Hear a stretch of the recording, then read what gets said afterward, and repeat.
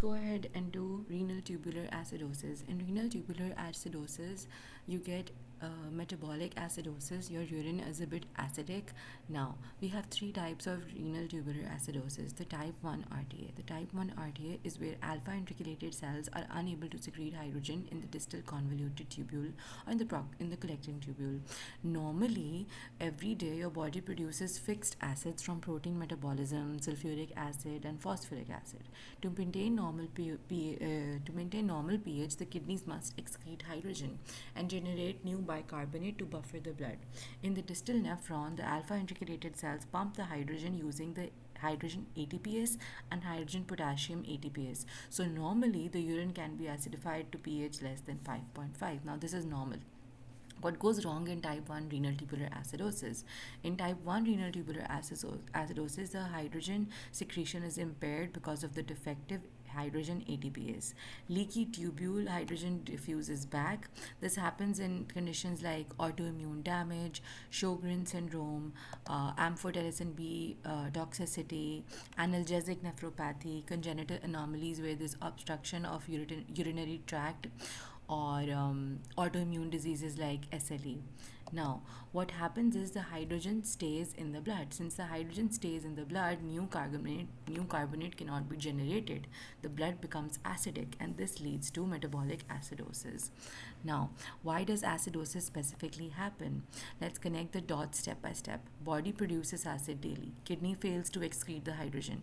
Acid accumulates in the blood, and bicarbonate gets consumed, buffering the acid. So a decreased hydrogen carbonate and an increased hydrogen leads to metabolic acidosis. This is a normal anion gap hyperchloremic metabolic acidosis because chloride rises to maintain electroneutrality.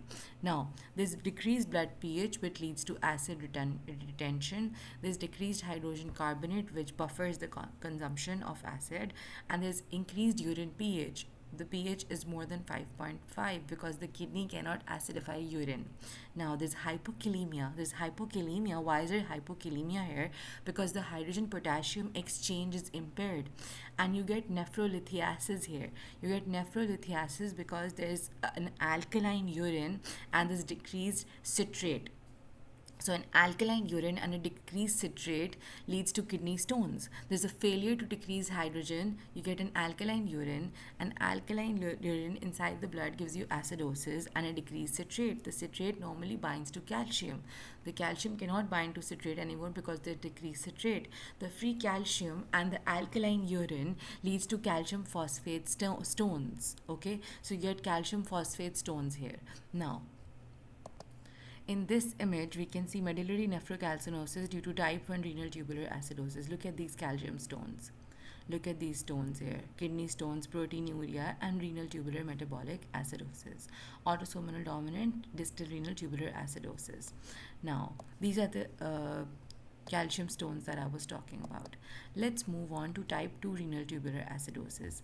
In type 2 renal acidosis, there's a failure to reabsorb bicarbonate.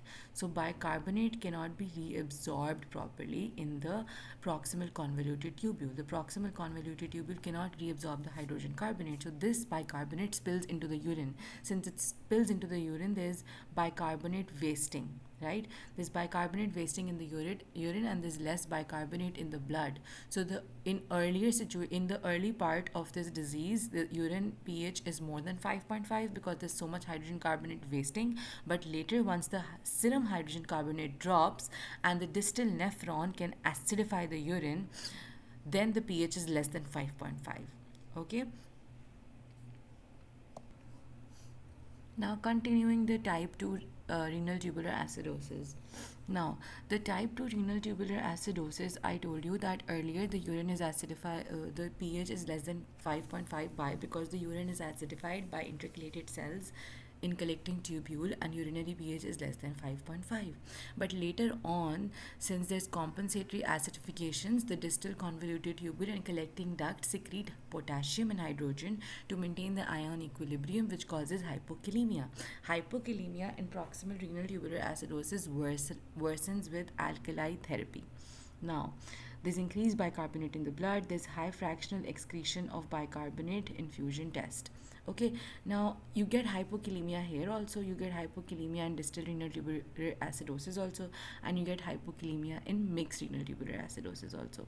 Now let's look at basically the type 2 RTA. The type 2 RTA has two types. There's an isolated type 2 RTA where there's an hydrogen carbonate which is defected. Now there's a generalized type 2 RTA also. This is called the Fanconi syndrome. The Fanconi syndrome is a total shutdown of the proximal convoluted tubule. Nothing is reabsorbed by the proximal convoluted tubule cells here.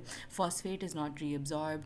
Phosphaturia causes vitamin D resistant rickets. Now this, when this causes metabolic acidosis, again you get hyperchloremic normal anion gap.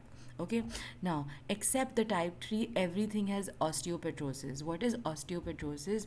The acidic environment is killing me softly, so it's turning me into a soft bone. This is bone demineralizations. Okay, now we have a type 3 mixed renal tubular acidosis. But before moving into the type 3 mix, let's look at anything that we've missed from our first aid. So the proximal renal tubular acidosis type 2, there's a defect in proximal convoluted tubule. Let's bring this here and read it out for you. Okay,